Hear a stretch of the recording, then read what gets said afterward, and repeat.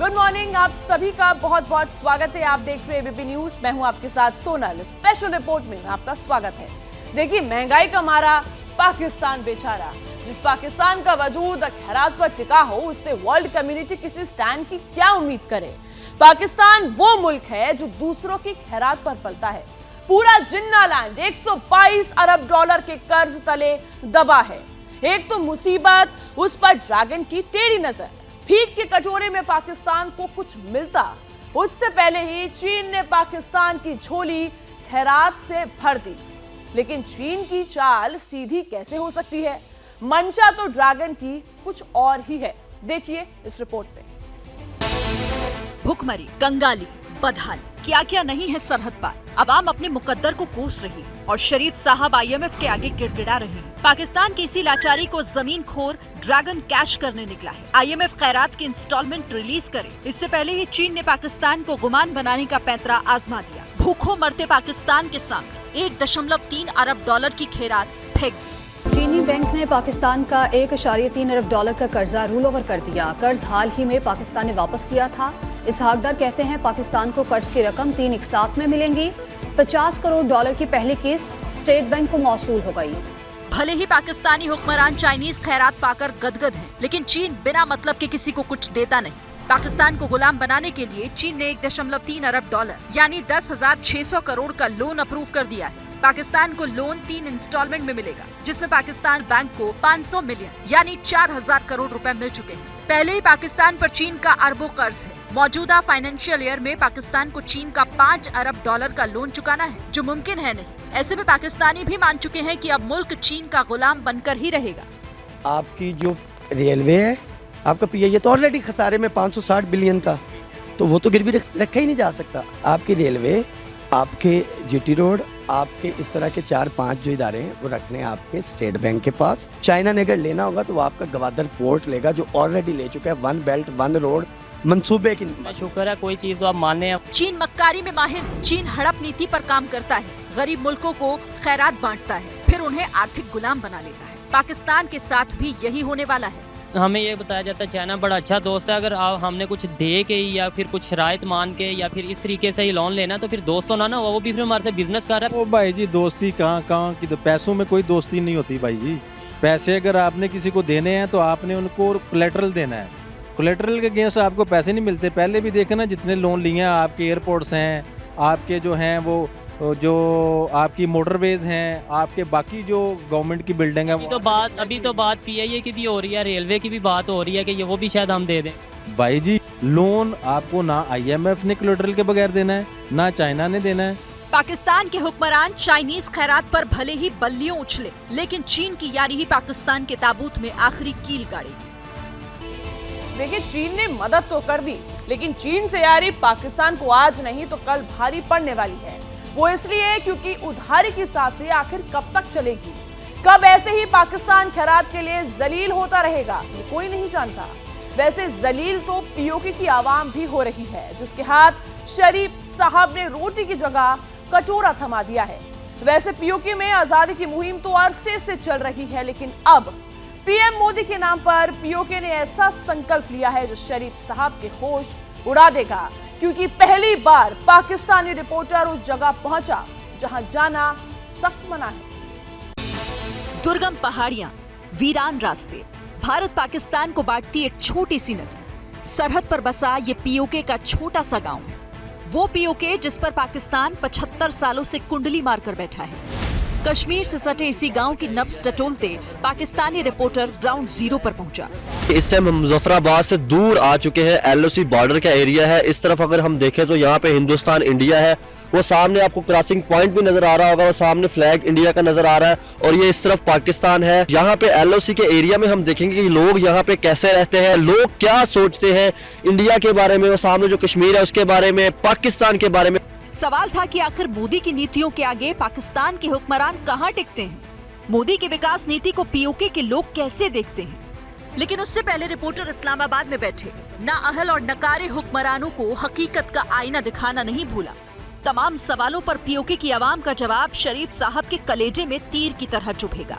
जो बॉर्डर का एरिया अगर आप देखें तो ये सामने ये सब कुछ आपको गाड़ियां जैसी नजर आ रही होंगी, वो सामने लोग जो है, वो सामने बाइक जो है, वो सारी आपको इंडिया हिंदुस्तान की नजर आ रही है। और इस तरफ हम देखें तो ये पाकिस्तान है और इस टाइम मैं पाकिस्तान के अंदर खड़ा हूँ। ये सामने जो आपको सारे ये जो घर नजर आ रहे हैं ये सारा पाकिस्तान है। हम लोगों से बात करके आप तक ये राय पहुंचाएंगे। हम क्या राय बताएं, हम तो यही बोलते हैं गरीब आदमी बेरोजगार लोग इधर बैठे हैं, महंगाई बहुत है, महंगाई का कुछ सोचे, ये हुकूमतें जो हैं ये महंगाई का सोचें कि गरीब लोग इधर, हम इधर मजदूरी कुछ भी नहीं है, हम बेरोजगार बैठे हैं तो किधर से मजदूर लाएंगे तो खाएंगे किधर से। किसान गवर्नमेंट इधर कुछ कर ही नहीं सकती, करती ही नहीं है, कुछ भी नहीं करती, वो सवाल महंगाई के और उनका कोई काम ही नहीं है। पाकिस्तानी अवाम महंगाई से कितनी त्रस्त है, मंजर कमोबेश पीओके में भी वैसा है। पेशावर, कराची और इस्लामाबाद में जो गैस सिलेंडर 2,500 से 3,000 में मिलता है, वो पीओके की आवाम को डबल रेट में मिलता है। सवाल ये भी था कि आखिर पीओके की आवाम मोदी के फैन क्यों है? इसका जवाब शरीफ साहब सुनेंगे तो उनके होश उड़ जाएंगे। गैस 10 किलो इधर से 4,000 का मिलता है, वो क्या गरीब आदमी क्या करे, तो लकड़ नहीं कुछ नहीं। हम उधर जाकर अंदर जो को देखे ना, उधर मैंने आपको बोला उन्होंने कैटेगरी बनाई हुई है, गरीब की लग, अमीर की लग। जो गरीब है उसको 3 रुपए किलो चावल मिल रहे थे, जो मुलाजिम था वो उसको 6 रुपए किलो मिल रहे थे। इंडिया के उधर जो मैंने देखा, जो अपनी आंखों से जब उधर हम गए ना, ऐसी कैटेगरी बनी हुई थी। मैंने जो देखा मैं वो बयान कर रहा हूँ।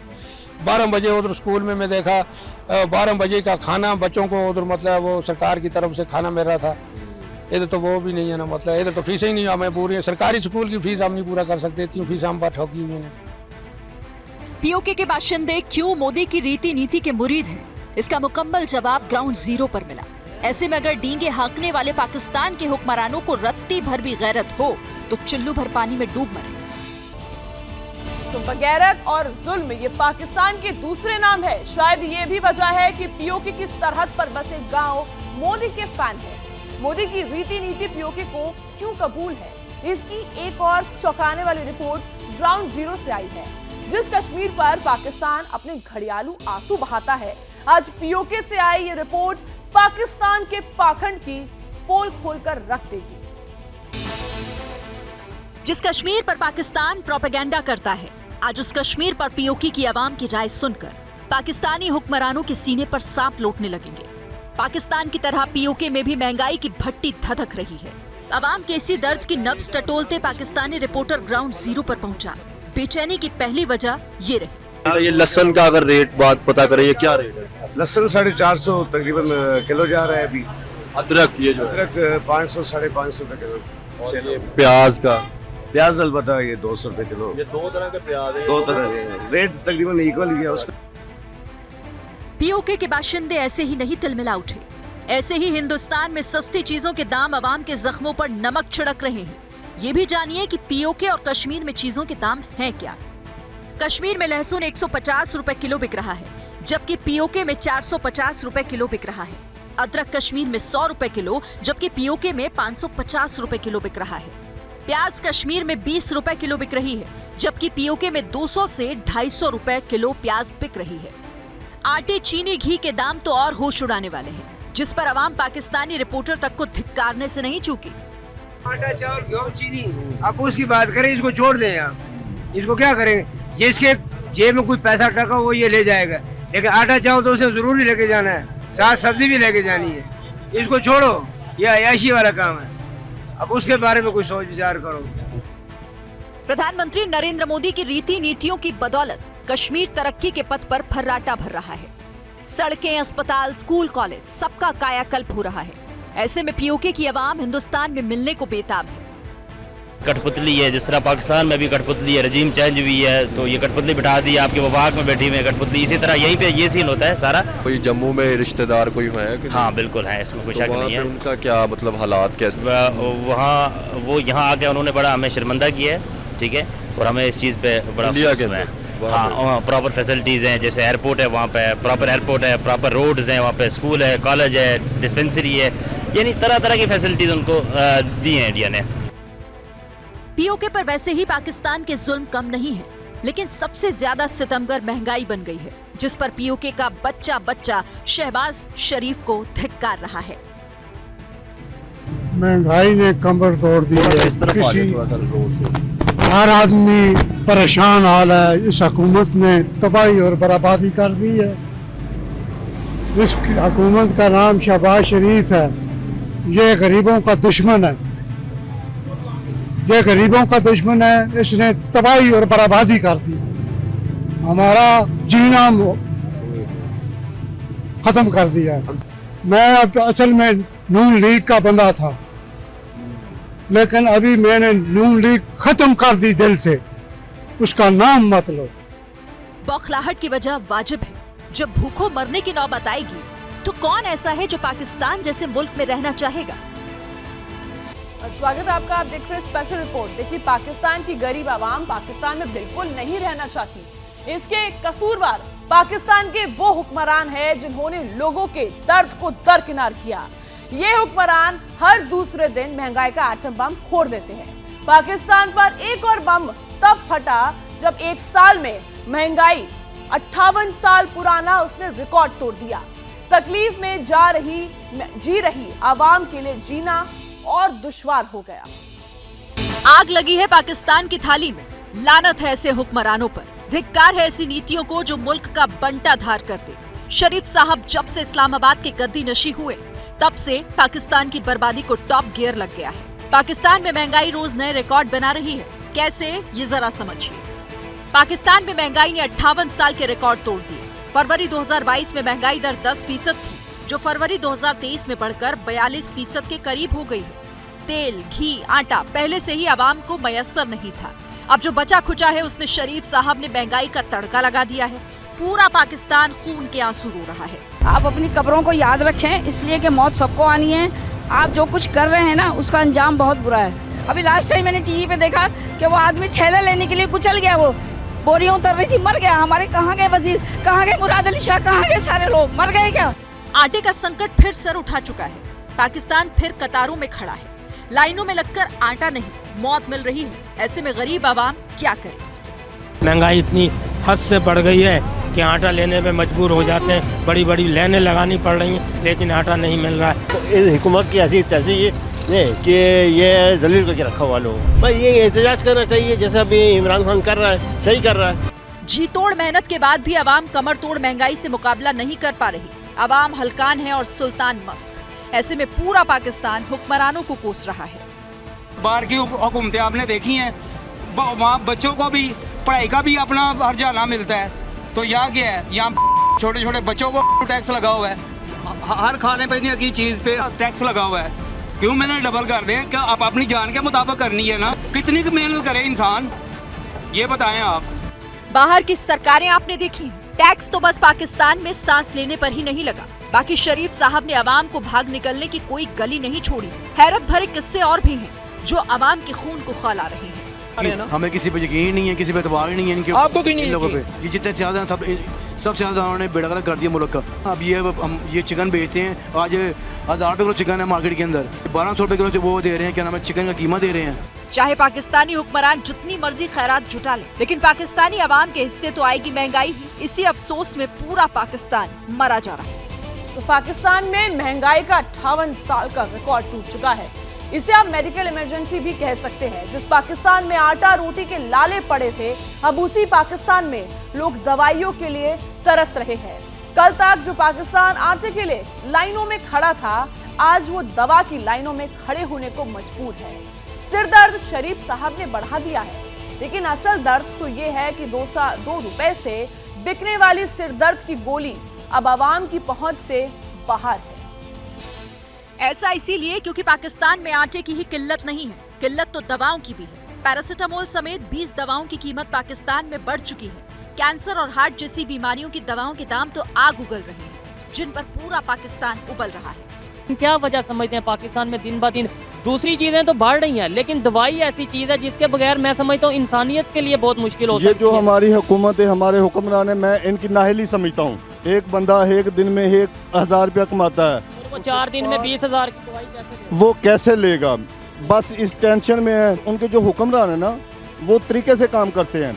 उनको पता होता है कि ये हमारा बजट है, उस बजट के हिसाब से अपने हॉस्पिटलों को पब्लिक के लिए सहूलत देते हैं। हमारे जो हुक्मरान हैं उनका ये काम होता है कि बस हमारे अपनी जैशी करते रहें। पाकिस्तान 80% दवाओं के लिए भारत पर निर्भर है। दवा बनाने का रॉ मटेरियल भारत पाकिस्तान को भेजता था, लेकिन पाकिस्तान का हुक्का भारत ने बंद क्या किया, पाकिस्तान में तबाही मच गई। दवाओं की तो छोड़िए, जो ब्लड बैंक के दाम सुनेंगे तो डर जाएंगे। मैं ब्लड दे गया हूँ अभी ये थैला 700 750 का दिया है, जो फ्री होता था। ब्लड की एक पूरी बैग 750 का दिया है कि सिर्फ वो खाली बैग 750 रुपए का यहाँ पे सेल हो रहा है। मैं वाकई में हैरान हुआ। इससे पहले जो पहले घूमते थे वो अच्छी थी।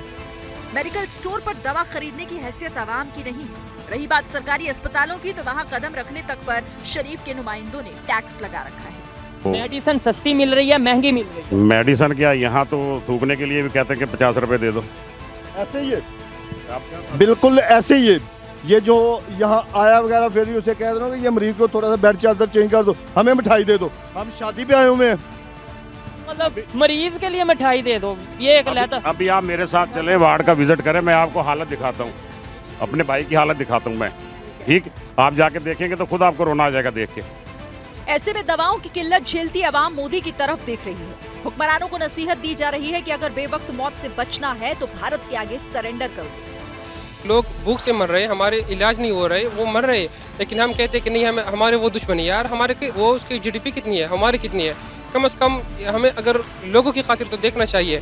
अगर लोगों को रिलीफ मिल रहा है इससे, तो हमें हमें कंप्रोमाइज़ करना चाहिए। पाकिस्तान की बहुत सी इस तरह मेडिसिन फैक्ट्रीज है, इनके जो प्रोडक्ट्स है वो मल्टीनेशनली बैन है।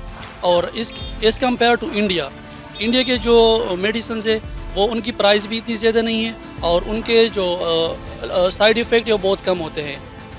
सच कड़वा है, made in India Pakistan medicine पर आवाम को एतबार नहीं है। रही बात सस्ती महंगी दवा की, तो उसे तो आवाम अब भूल चुकी है। तो देखिए, पाकिस्तान की जो आवाम है वो मान चुकी है कि अब कभी उनका मंगल नहीं होगा। पाकिस्तान का भले ही मंगल हो या ना हो, लेकिन भारत रूस के साथ मिलकर मंगल फतेह करने जा रहा है। ऐसा एयरक्राफ्ट रेडी हो रहा है जो भारत को स्पेस का सिकंदर बना देगा। इस पर पाकिस्तान आहें भर रहा है। इस बौखलाहट की वजह है पाकिस्तान के मुस्तकबिल में मुफलिसी भरी है और भारत तरक्की के पथ पर फर्राटा भर रहा है। रूस के साथ जल्द ही भारत अंतरिक्ष को फतह करेगा। मिशन मार्स के लिए ऐसा मार्स एयरक्राफ्ट बनाया जा रहा है, लेकिन पाकिस्तान से तो रोटी नहीं बन रही। ऐसे में शरीफ साहब अपनी फजीहत का नया एपिसोड देख रहे हैं। अभी रिसेंटली एक न्यूज़ ये आ रही है कि मार्सो प्लेन के नाम से एक एयरक्राफ्ट तैयार कर रहे हैं रशिया और इंडिया, जिस पे वो मार्स पे जाएंगे। तो क्या वजह है कि इंडिया जो है वो यूएस के इन्फ्लुएंस में नहीं आता और पाकिस्तान जो है वो हर टाइम उनसे ही डरा रहता है? सर एक्चुअल में ये कि पाकिस्तान क्यों ना डरे, पाकिस्तान के पास है क्या? पाकिस्तानी सियासतदानों को यही नहीं पता कि हमने कौम के लिए करना क्या है। अब इंडिया में और पाकिस्तान में ज़मीन आसमान का फ़र्क है। इंडिया बहुत ही अपने जहन को इस्तेमाल करता है, वो देखता है कि मेरा मुस्तकबिल क्या है, मेरी यूथ का मुस्तकबिल क्या है, वो ये देख रहा होता है। हमारे सियासतदान अपना मुस्तकबिल देख रहे होते हैं कि यार मैं अपनी नस्लों को किस तरह सुधारना है। खैरात ना मिले तो पाकिस्तान की सांसें ना चले। हालात भयंकर हैं, भूख से मुल्क लड़ नहीं पा रहा। भारत का मुकाबला कैसे करेगा? दूसरा, एटमी गीदड़ भपकियां देने वाला पाकिस्तान सबसे बड़ा डरपोक है और डरपोक कुछ नहीं कर पाते। ये इल्म अवाम को भी हो चुका है।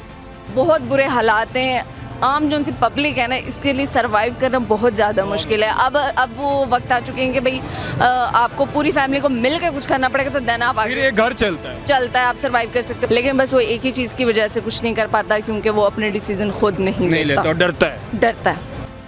भारत बिना किसी दबाव में आए फैसले लेता है। भारत की यही रीति नीति दुनिया भी जानती है। दूसरा, पाकिस्तान जहां भी खड़ा होता है कटोरे के साथ खड़ा होता है। अब भिखारियों को दुनिया डराए ना तो और क्या करे। बिल्कुल यही वजह है कि वो किसी की प्रेशर नहीं लेता। मेरे ख्याल में सबसे बड़ी वजह यही है। तो पाकिस्तानी लीडर्स को भी तो फिर इंडिया से सीख लेना चाहिए ना, कि अगर इंडिया प्रेशर नहीं लेता तो फिर हम भी ना लें। ये तो उनको लेकिन उसमें फ़र्क है। हमने यूएसए से पैसे लेने होते हैं, हमने एड लेनी है, हमने IMF से पैसे लेने, फिर हम तो उनको चीज़ें मानेंगे। बिल्कुल यही वजह है, हम पैसे लेते तो इस वजह से हम किसी उसके प्रेशर में आते हैं। वो पैसे नहीं लेते ना, तो इस वजह से वो प्रेशर में नहीं आता। पाकिस्तान का भारत से कोई मुकाबला नहीं, ये आवाम तो अच्छे से जानती है, लेकिन नालायक हुक्मरान इस सच को कभी नहीं कबूलते। तो वेस्टर्न वर्ल्ड और वहां की मीडिया की नजर में यूक्रेन वॉर पुतिन की सबसे बड़ी नाकामी है। लेकिन मॉस्को ने अब फ्यूचर प्लान तैयार कर लिया है। अपनी सोल्जर्स के हाथ में रूस ऐसे हथियार उसने दे दिए हैं जिन्हें फ्यूज वेपन कहा जा रहा है। जब तक यूक्रेन के वॉर जोन से ऐसी तस्वीरें आती रहेंगी, तब तक क्रेमलिन के किंग को तनाव रहेगा। यूक्रेन के ड्रोन्स पुतिन की रेड आर्मी पर काल बनकर टूट रहे हैं। खुले आसमान के नीचे न तो रूसी सेना की टैंक ब्रिगेड महफूज है और न ही रूस के सैनिक। ऐसा भी नहीं है कि जमीनी लड़ाई में यूक्रेन को एडवांटेज है। रूस की ग्राउंड फोर्स विनाशकारी होवित्जर तोपों से यूक्रेनी ठिकानों पर अग्नि वर्षा कर रही है, खूब कर रही है। लेकिन ड्रोन्स के पिन पॉइंट स्ट्राइक के आगे होवित्जर का डेडली परफॉर्मेंस थोड़ा फीका पड़ रहा है। यूक्रेन के ड्रोन से होने वाले नुकसान की खबर क्रेमलिन पहुंची तो पुतिन का नया एक्शन दिखा। रूस ने अपने जवानों को रेडियो इलेक्ट्रॉनिक गन्स थमा दी है। स्पेशल गन का एक ही टारगेट है, यूक्रेन के किलर ड्रोन्स। बैटलफील्ड में रूस के super soldiers radio electronic guns के साथ घूम रहे हैं। इस गन के इस्तेमाल का सीधा मतलब है कि रूस ने इलेक्ट्रॉनिक वॉरफेयर का आगाज कर दिया है।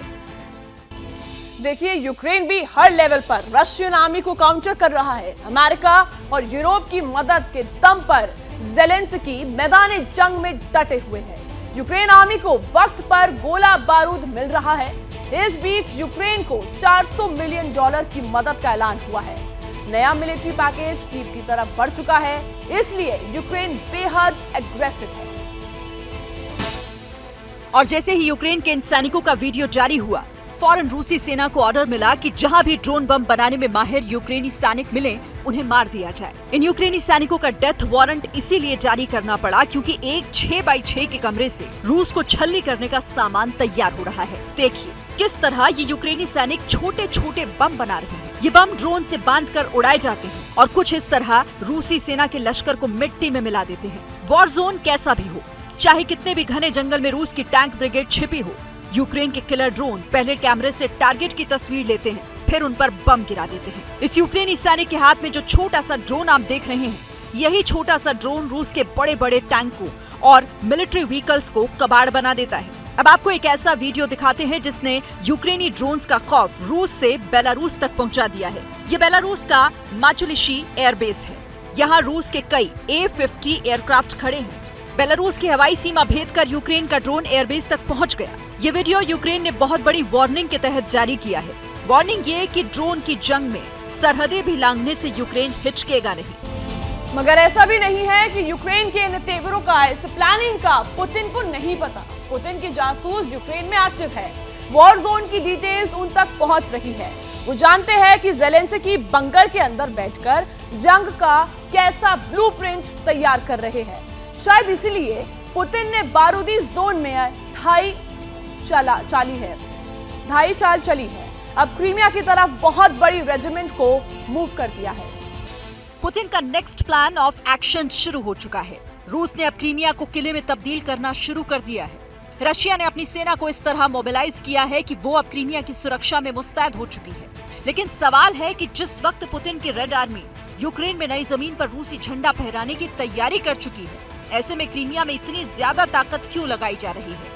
इन सवालों के जवाब से पहले इन तस्वीरों को देख लेना चाहिए।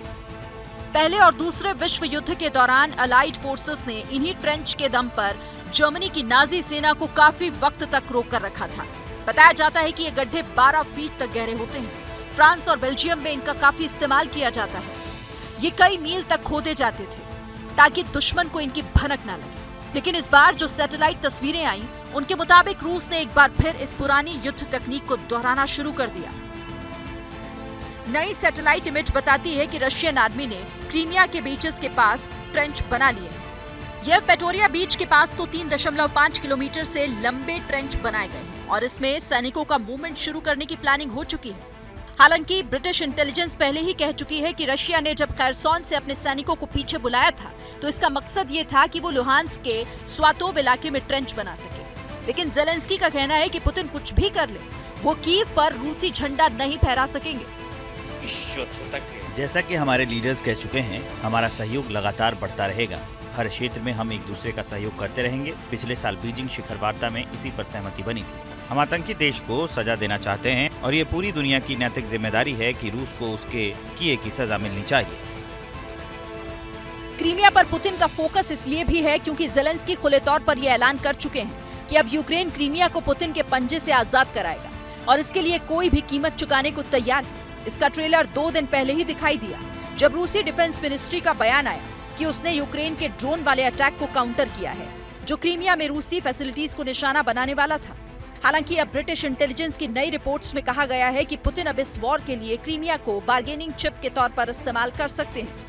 कहा जा रहा है कि ज़ैपोरिजिया और खैरसोन में पुतिन की सेना पीछे इसीलिए हटी ताकि वो क्रीमिया पर अपना कब्जा बरकरार रख सके। देखिए, यूरोप समेत दूसरे मुल्कों को चिंता सता रही है कि मुकद्दर का सिकंदर आखिर कौन बनेगा। क्या रूस यूरोप की तरफ जंग की मुनादी करेगा या फिर सुपर पावर की मिलिट्री पावर पुतिन को अटकाने, भटकाने और लटकाने का काम करेगी। हालांकि इस पूरी बारूदी पिक्चर में एक किरदार मिसिंग था, मगर अब पर्दे के पीछे से उसकी भी एंट्री हो सकती है।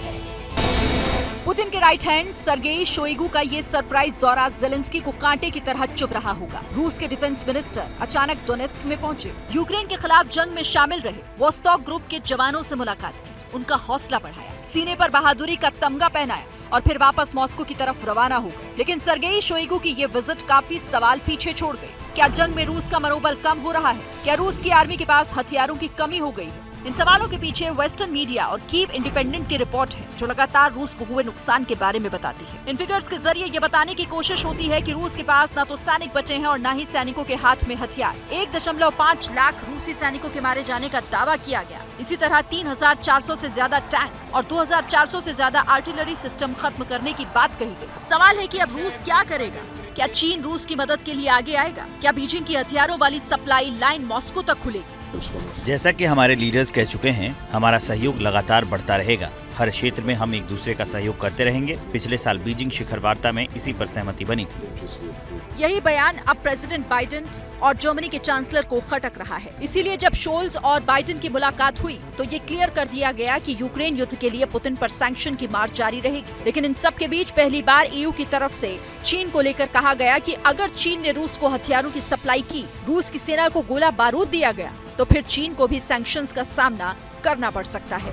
तो इस सब के बीच एक इंटरेस्टिंग खबर सामने आई है। अमेरिकी विदेश मंत्री एंटनी ब्लिंकन दिल्ली में G20 समिट में शिरकत करने आए थे, लेकिन अपने दौरे के आखिरी दिन दिल्ली में 3 व्हीलर की राइड करते नजर आए। सेक्रेटरी ब्लिंकन का ये रूप सुर्खियां बटोर रहा है। जो लोग ये समझते हैं कि अमेरिका जैसे सुपर पावर मुल्क के विदेश मंत्री सिर्फ मोटरकेड और बड़े बड़े एयरक्राफ्ट्स में ट्रैवल करते हैं, तो उन्हें एंटनी ब्लिंकन की ये तस्वीर अच्छे से देख लेनी चाहिए। सूट बूट पहने सेक्रेटरी ब्लिंकन दिल्ली में US एम्बेसी में थे, लेकिन उनके लिए कारों का काफिला नहीं आया, बल्कि दिल्ली की लाइफलाइन ऑटो रिक्शा आया। ब्लिंकन ने बेझिझक ऑटो में बैठकर और इस राइड का जमकर लुत्फ उठाया। असल में G20 समिट के लिए दिल्ली आए अमेरिका के विदेश मंत्री ने शुक्रवार को कुछ इस तरह अपना वक्त बिताया। US एम्बेसी में काम करने वाले दिल्ली, मुंबई, हैदराबाद और कोलकाता के स्टाफ से मिले, उनके साथ बात की और फिर ऑटो की सवारी की। You're having a nice time in India so far, sir. It's been great as always. Fantastic. The only frustration is not being able to stay a little bit longer. You get pretty good mileage with this too. Fantastic mileage. Such a pleasure to have you here. Thanks so much. Auto वाले सफर के बाद अभी और मस्ती बाकी थी। अब बारी मसाला चाय की थी। एंटनी ब्लिंकन ने दिल्ली में विमेन सिविल सोसाइटी लीडर से मुलाकात की और इसी दौरान मसाला चाय का भी मजा लिया। एंटनी ब्लिंकन ने रवाना होने से पहले ये सारी तस्वीरें अपने ट्विटर हैंडल पर शेयर की। एक बार फिर भारत और अमेरिका की पार्टनरशिप को काफी अहम बताया। हालांकि जाते जाते चीन को भी मैसेज दे गए, कह दिया कि ये दोस्ती इंडो पैसिफिक रीजन की सुरक्षा के लिए प्रतिबद्ध है, कमिटेड है।